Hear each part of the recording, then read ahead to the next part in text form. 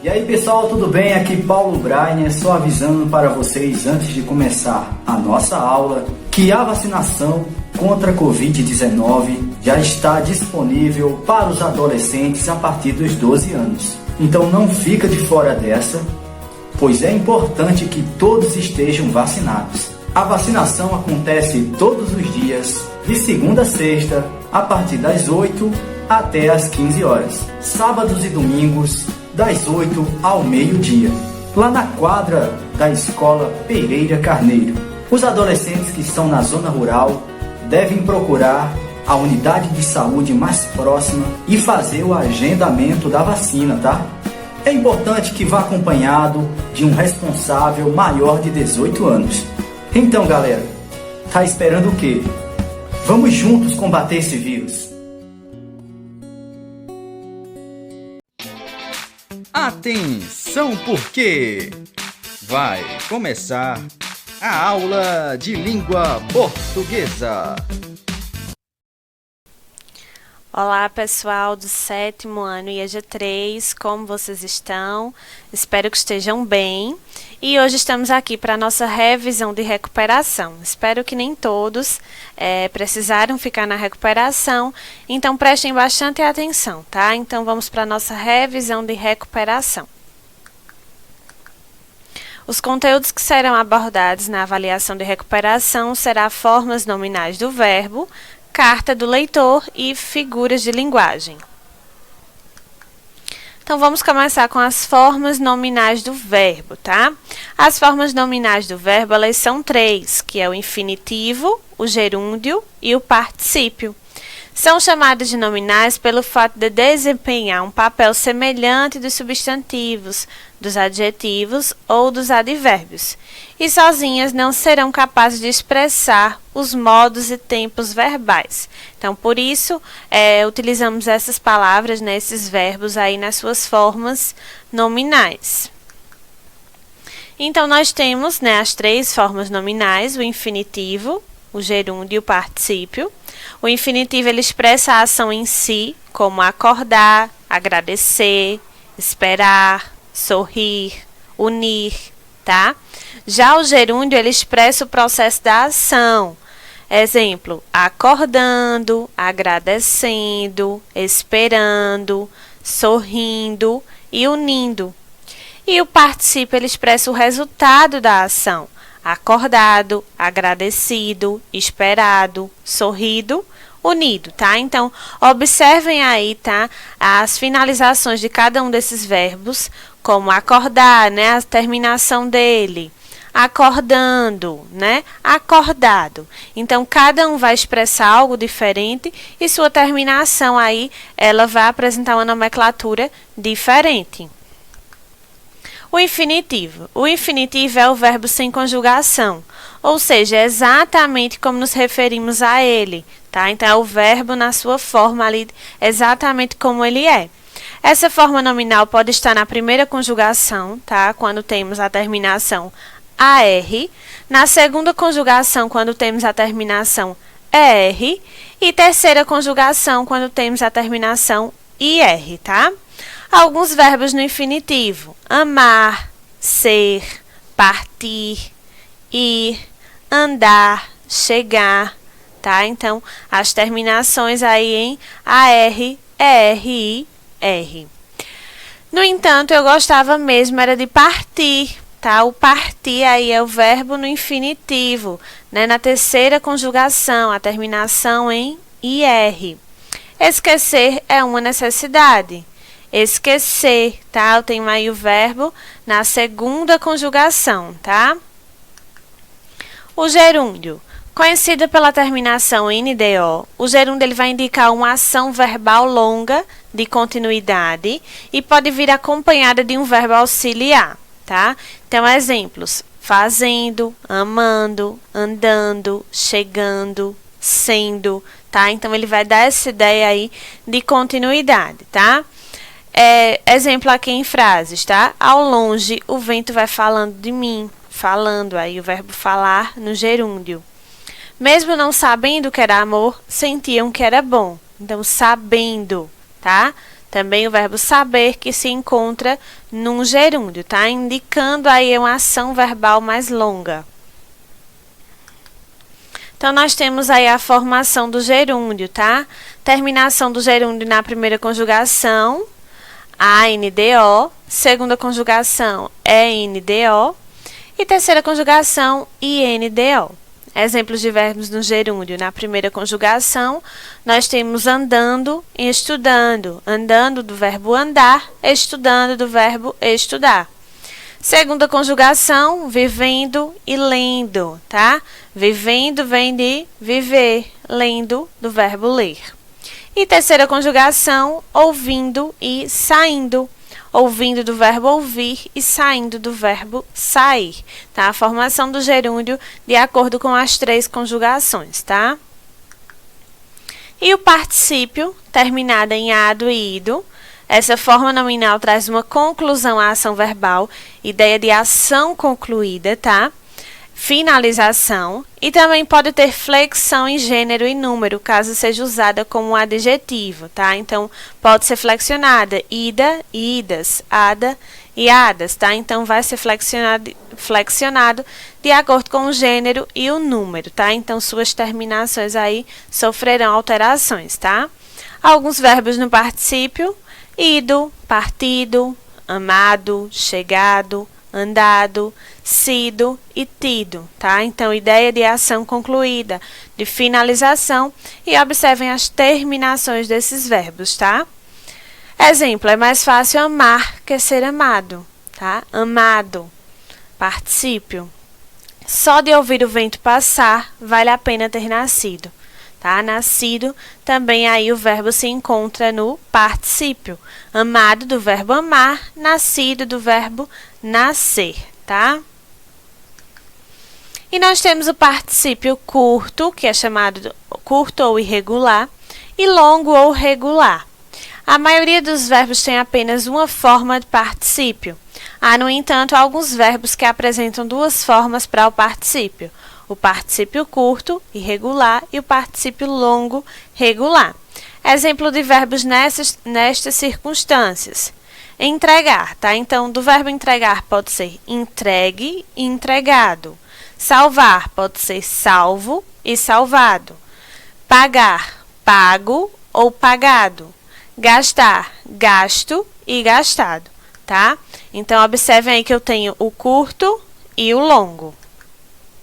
O particípio curto deve ser utilizado quando o verbo auxiliar é ser ou estar em voz passiva. O verbo longo deve ser utilizado quando o verbo auxiliar é ter ou haver. Vamos só observar aqui nas frases, ó.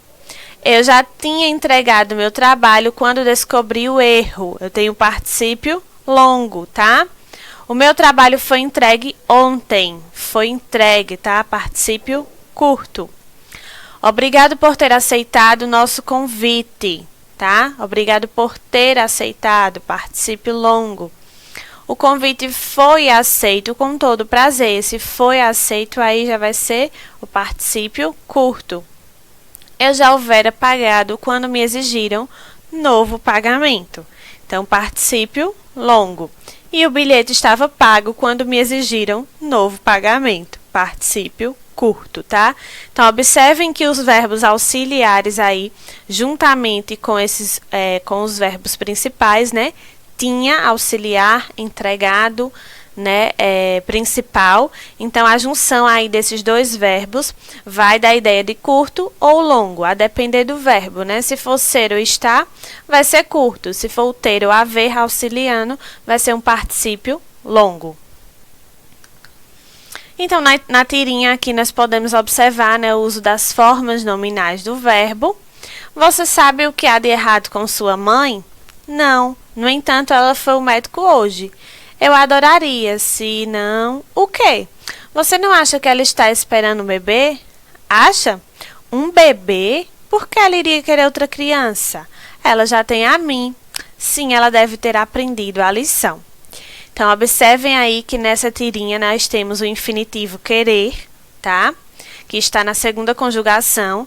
Nós temos também esperando, né, que está no gerúndio, observem a terminação, né, esperando aí da ideia de uma ação contínua.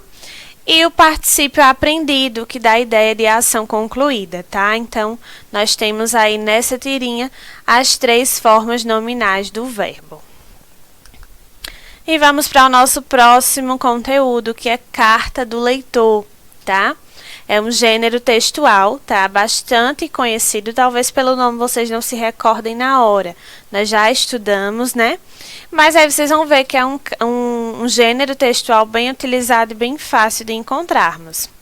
A carta do leitor é um tipo de carta, gênero epistolar, veiculada geralmente em jornais, revistas, onde os leitores eles podem apresentar suas opiniões, como por exemplo em painel do leitor, fórum dos leitores, cartas e etc. A carta do leitor ela tem várias finalidades, como opinar, agradecer, reclamar, solicitar, elogiar ou criticar.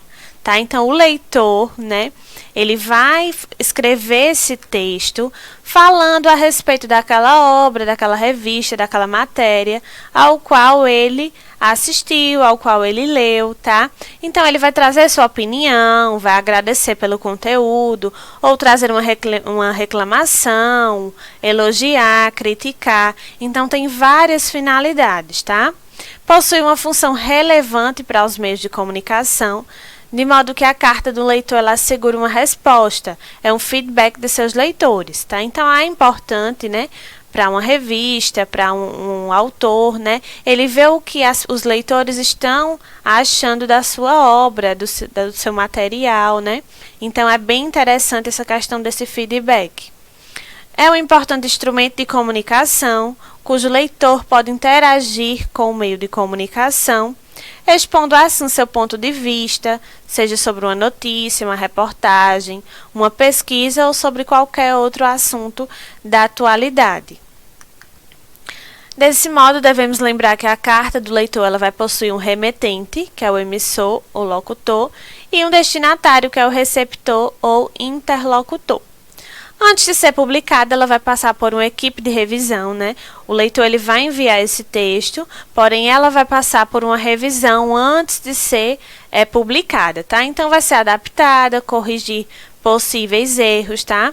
Então, por esse motivo, não existe um modelo específico, uma vez que segue o padrão de apresentação e o espaço destinado para esse fim, determinado pelo meio de comunicação. Então, algumas características principais da carta do leitor, tá? São textos breves e escritos em primeira pessoa, com temas atuais e de caráter subjetivo, linguagem simples, clara, né, objetiva, pode trazer traços de informalidade, algo mais simples mesmo, de acordo com o texto, né, de acordo com a quem você está se dirigindo. Presença de destinatário e remetente, e é um texto expositivo e argumentativo. Então, ele tem uma estrutura a ser seguida, tá? Não é um padrão, tá? Porém, tem alguns elementos estruturais que devem ser seguidos na hora de escrever uma carta do leitor, tá? Como local e data, né? Que deve vir lá assim, logo no início. O vocativo, tá? Aparece o nome da revista ou do jornal e pode vir acompanhado do local e da data, né? Como nós chamamos de cabeçalho. A introdução, onde você vai colocar um pequeno trecho que vai abordar o assunto, né? Que será apresentado. Nós temos o desenvolvimento, né? O desenvolvimento da argumentação do leitor sobre sua ideia central. A conclusão, o leitor arremata suas ideias e geralmente inclui uma sugestão para o assunto abordado. Nós temos também a despedida, que representa as saudações finais do leitor, né? Por exemplo, atenciosamente, cordialmente, abraços. Então, são palavras que remetem à despedida. E, por fim, a assinatura, tá? A assinatura de quem escreveu. Então, vai assinar o nome, tá? E também algumas pessoas podem colocar como sigla, tá? Então, a assinatura pode ser feita de uma dessas duas formas, tá bom? E aí, eu trouxe um exemplo para vocês de carta do leitor, tá? Observem que logo em cima nós temos o local e data, né? E aí o vocativo, né? Caro editor, né? Eu estou invocando por alguém, é um chamamento. Gostaria de parabenizar a equipe pela reportagem sobre a adoção. As informações sobre como funciona o processo no Brasil são realmente muito importantes, pois muitas pessoas deixam de adotar uma criança por não saber como funciona e o que é preciso para tal gesto. Que essa matéria sirva de exemplo para que muitas pessoas possam dar um novo lar a uma criança. Então, essa carta do leitor aí foi bem simples, né, bem concisa, e foi uma forma de agradecimento, de parabenizar a equipe pelaquela reportagem, tá? Então, abraços, né, a despedida, e aí colocou sua assinatura, Antônio Luciano de Oliveira. Então, foi uma adaptação, né, de carta do leitor que foi publicada no site da revista Época. E, por fim, vamos trabalhar com figuras de linguagem, tá? As figuras de linguagem são formas de expressão que destoam da linguagem comum ou denotativa. A linguagem denotativa, né, é aquela linguagem com seu significado real, aquele que está lá nos dicionários, tá? Já a linguagem conotativa vai trazer o sentido figurado das palavras, né? E nas figuras de linguagem, nós vamos trabalhar justamente com essa linguagem conotativa.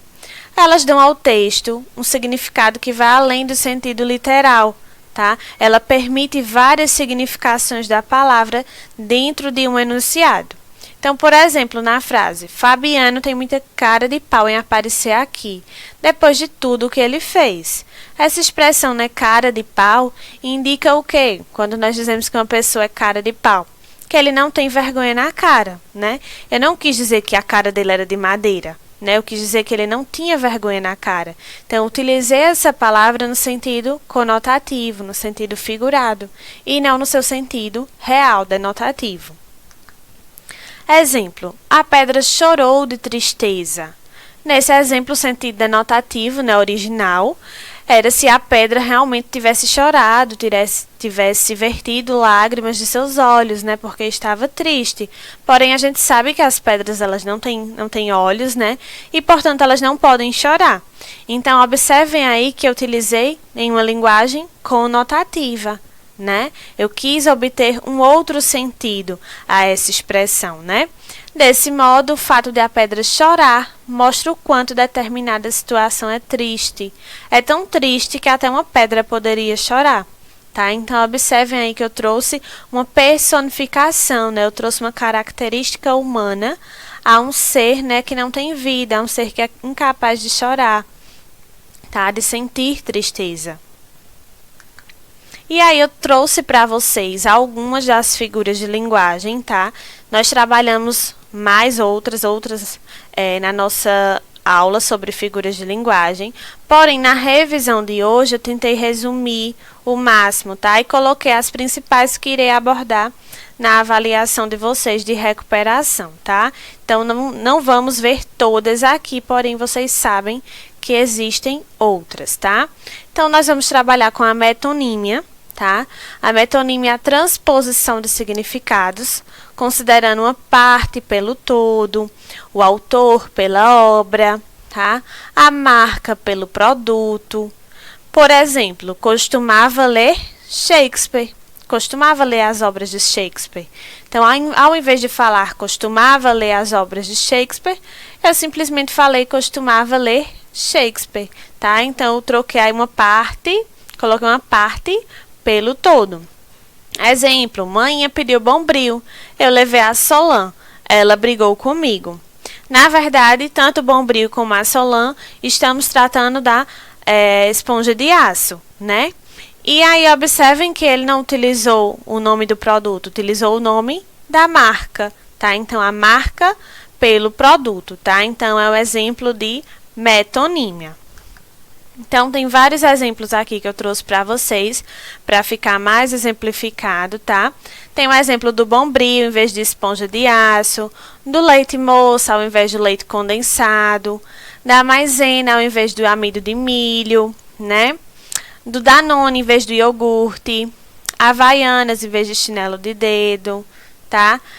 Band-aid em vez de curativo, de adesivo, tá? Então, observem que nós usamos no nosso dia a dia, basicamente, todas essas palavras, trocando, né, a marca pelo produto, né, fazendo esse uso aí da metonímia. Também temos a hipérbole, tá? Que corresponde ao exagero intencional na expressão. Então, vai tratar do exagero em uma determinada expressão. Quase morri de estudar. Ninguém morre de estudar, né? Então, é um exagero aí, tá? Vive nadando em dinheiro. Imagine uma pessoa para nadar em dinheiro, haja dinheiro, né? Então, eu tenho aí um exagero, tá? Então, esse exagero aí intencional nas expressões, ele corresponde à figura de linguagem hipérbole. Temos também a personificação, tá? Que é chamada de personificação ou prosopopeia, que é a atribuição de qualidades e sentimentos humanos aos seres irracionais, tá? O jardim olhava as crianças sem dizer nada. O jardim, ele não tem a capacidade de olhar para ninguém, né? Então, eu tenho aí uma característica humana a um ser irracional, tá? Na tirinha aí também ele diz, ó, tá se olhando no espelho, Zé Lelê? Eu não, ele é que tá me olhando. O espelho, ele não pode olhar para ninguém, ele não tem olhos, né? Ele apenas estava vendo sua própria imagem ali no espelho, tá? Então, quando eu apresento uma característica humana a um ser que não tem vida, eu tenho a personificação ou prosopopeia. E o pleonasmo, que é quando se usa várias palavras com o mesmo sentido em uma frase só, né? Nós chamamos até de pleonasmos viciosos, que muita gente acaba utilizando sem nem perceber no dia a dia, né? Por exemplo, entrei dentro de casa. Entrar só pode ser dentro de algum lugar. Então, não há necessidade de colocar entrei dentro, né? Então, é um uso de pleonasmo. Subir para cima, entrar para dentro. Acabamento final, repetir de novo, elo de ligação. Então, são palavras, né, são expressões que nós chamamos de pleonasmo, porque utiliza-se várias palavras, né, uma, duas ou mais palavras, no caso, duas ou mais palavras, com o mesmo sentido em uma só frase, tá? Então, chamamos de pleonasmo. Então, pessoal, essa foi nossa revisão, tá? Espero que vocês tenham compreendido, consigam atingir a nota de vocês. Gostaria de agradecer por toda a atenção de vocês, por estarem comigo todo esse ano. Então, muito obrigada pela atenção de vocês. Agradecer também à Secretaria, à Prefeitura pelo apoio de sempre e a dedicação com os nossos estudantes. Então, muito obrigada, um abraço em todos vocês, que Deus os abençoe e tenham todos ótimas festas.